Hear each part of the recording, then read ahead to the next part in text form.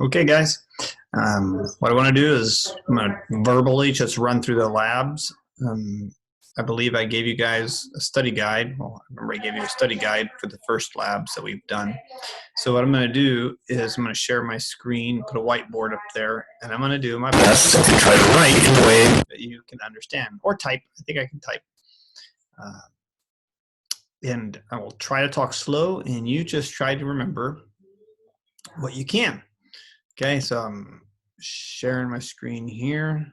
Hopefully this works.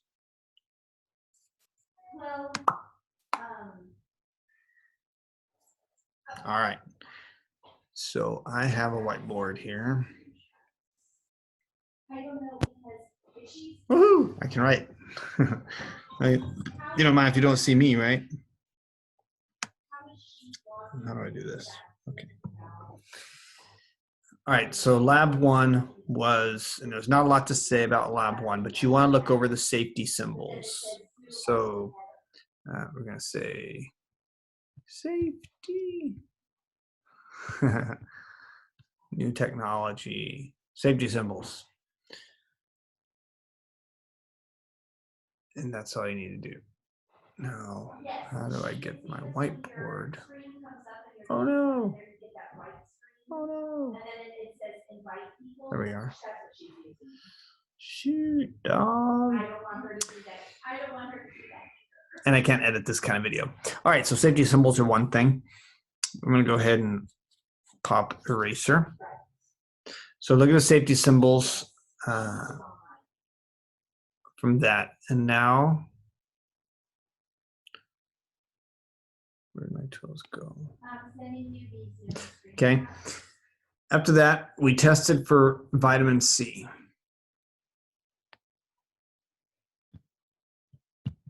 What do we use to test for vitamin C? Pause it, give yourself 5 seconds or so. There's a long name, endophenol. All right, endophenol.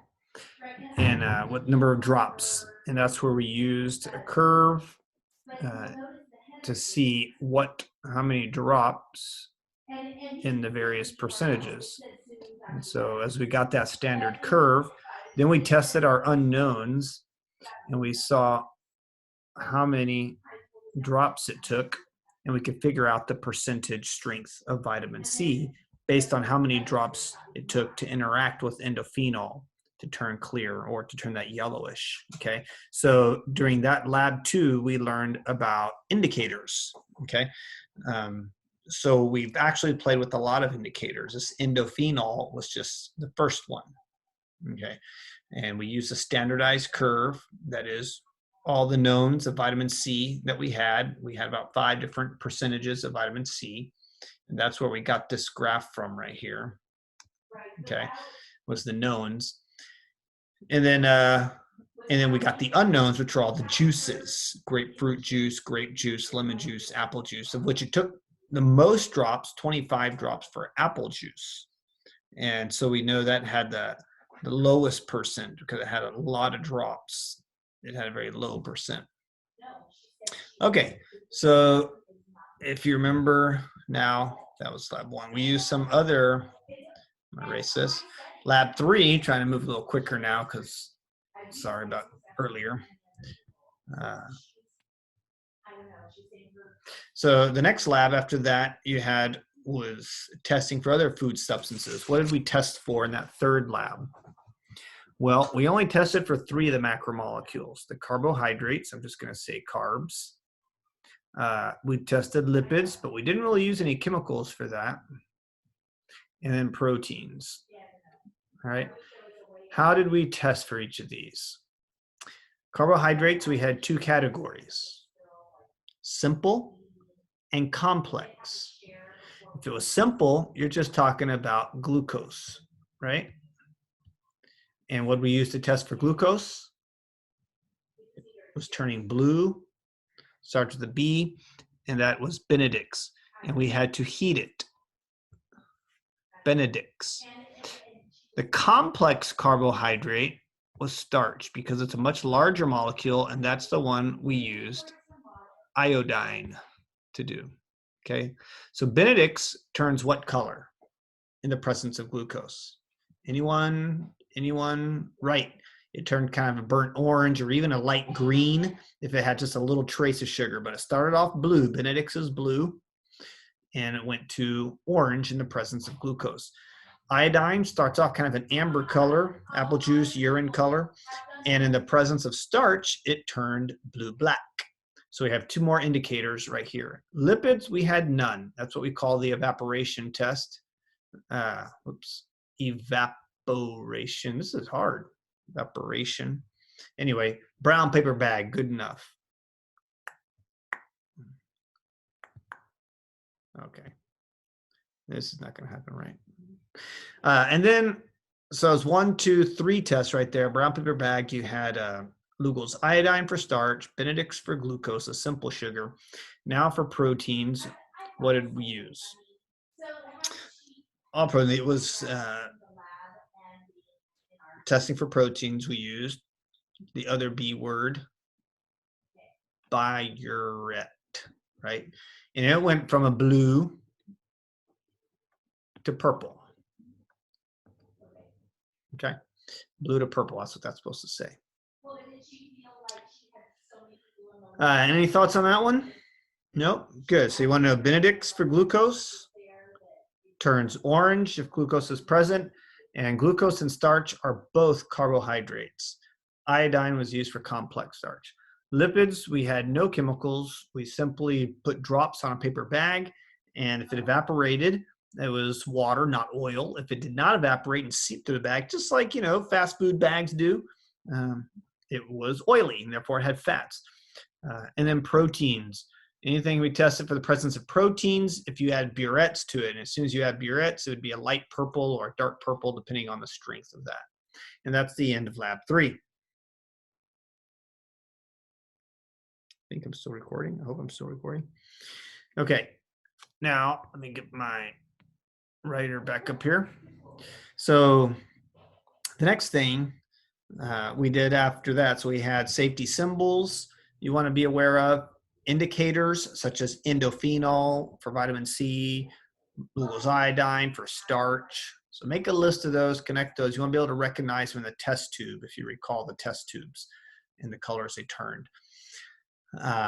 Then you want to know the parts of the microscope from ocular lens. Ooh, look at this, I can draw a microscope. The body, and you have your objective lens. Stage.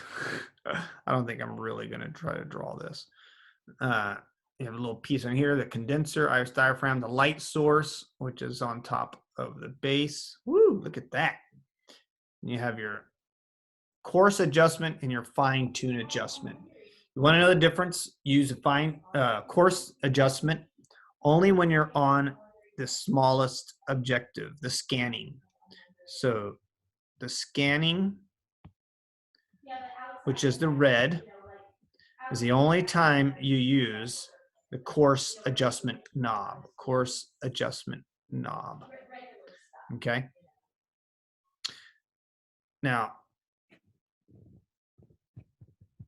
it takes too long. When do you use the fine-tune focus? Well, that you can do whenever you're on the higher. Okay. When you're on the medium and high level, then you can use fine-tune adjustment. It doesn't really move the stage very much. Just gets that fine focus. So you have the eyepiece, you have the objective lenses, you have the stage, iris diaphragm, light source, coarse adjustment knob, fine-tune adjustment. So you want to know the parts. Of course, there is mechanical stage movers as well, and those are somewhere right in here. Mechanical stage movers. I think you'll be able to recognize that. So this might not be the hardest part of it, but you will have about 2 or 3 questions that ask you to identify the parts of the microscope. Not too much on the function of every part, although you should know that. You want to know the sequence. So if you remember the sequence of using the microscope, you always start with the stage low and on red power, and then you move it all the way up. Going to have some noise here.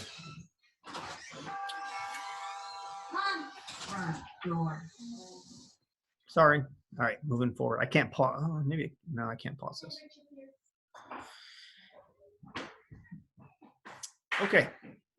And then at that point, we went from the microscope to the cell. So you want to know the difference between animal and plant cells, what separates them, the large central vacuole, the cell wall that plant cells have, animal cells do not.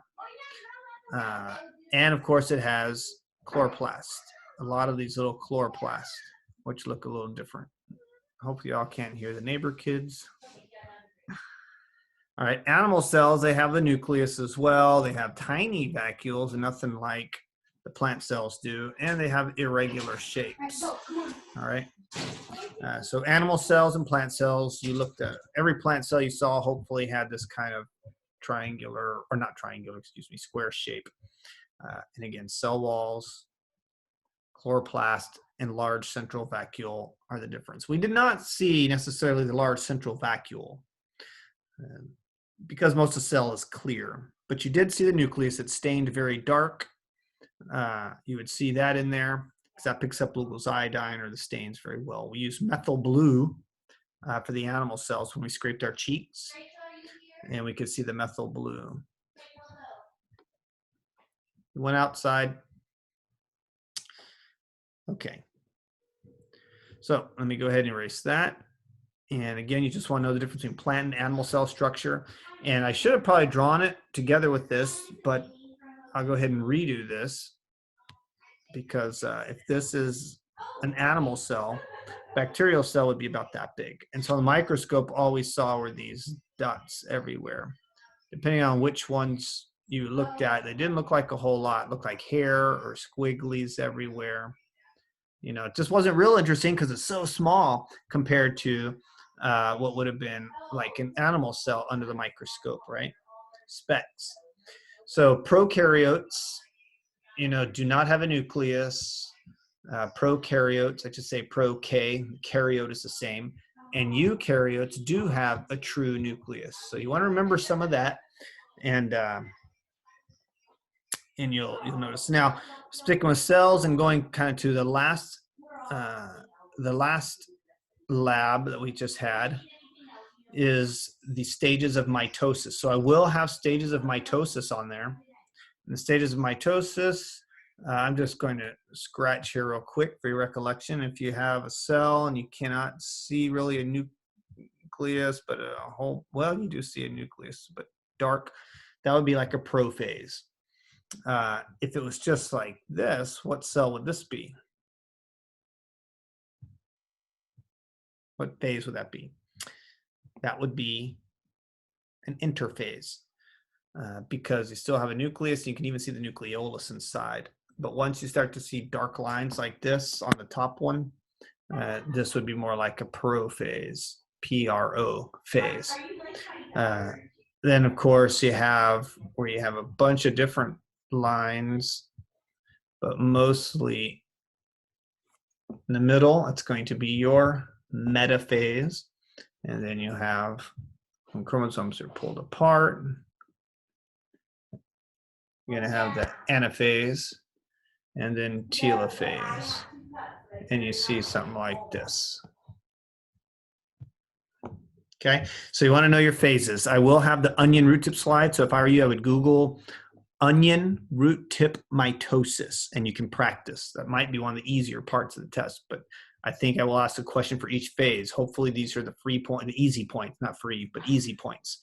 Okay, so just to remind you while I erase this, that we're going to do this live, and it'll be timed. Sorry, this is one thing I can't change. Very complicated. But we'll get on like this, and you'll have 35 seconds to answer and to submit. More details to come on that. I can't explain all that right here. Last thing we looked at was the fermentation, okay? Second to last, actually. Fermentation lab. We use yeast, and we had test tubes that we had filled with water, sugar, and yeast in here, and we put them inside of a larger test tube. Did I do that right? Something like that, yeah. and we trapped it. Actually, this was the opening, right? And up here it was closed, sorry. And we measured how much it either went down or did not go down. And the more it went down, of course, the more CO2 was being produced. So if it went down to here, we knew all this air was CO2. Those were bubbles, right? And down here was the sugar, water, yeast, and it might have come out a little bit here. But as the yeast fermented, they produced CO2. What was the food they were using? The food we gave them was glucose, which is a simple sugar. Sorry, it's just totally nasty, I know, but by now, hopefully you're getting used to it. All right, so I don't want to take too much more time. These videos I know are long and hard to watch, especially with this awesomeness here. Glucose, there we go.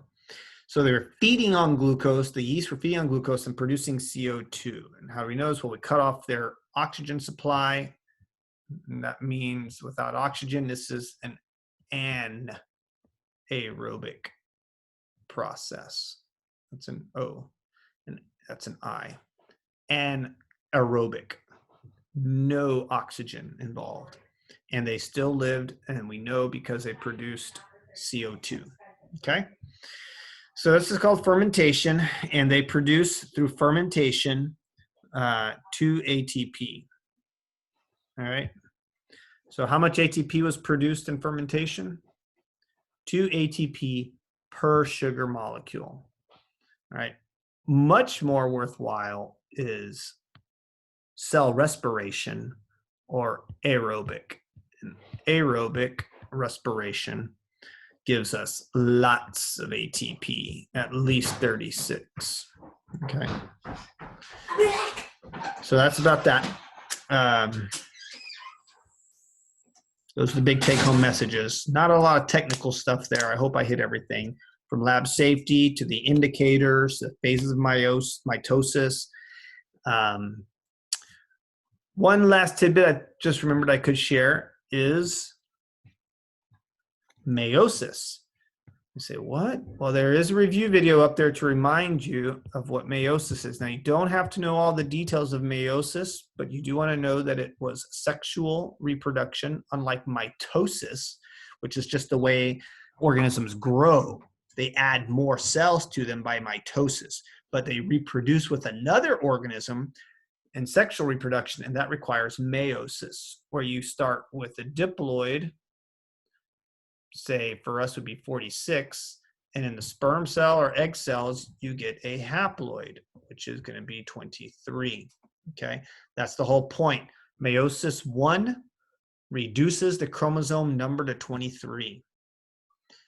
And in meiosis, we mixed up, right, the genes. They would cross over. If you don't remember what that looks like, that's when homologous chromosomes. Now, again, I won't go into those details. You're not going to test on all those details. I just want to re-jog your memories. Again, I have a review video up there you can watch. But one of the big points was right here, going from diploid to haploid. 46 in the case of humans to 23. And that's the big deal of sexual reproduction by meiosis. Okay, meiosis. Stages of mitosis, an onion root tip. Fermentation experiment using yeast and glucose as the fuel. Without oxygen, we made CO2. And then all the others were the indicator labs. And anatomy of the microscope. I'm going to close this now because I've gone on. I hope this was helpful for you.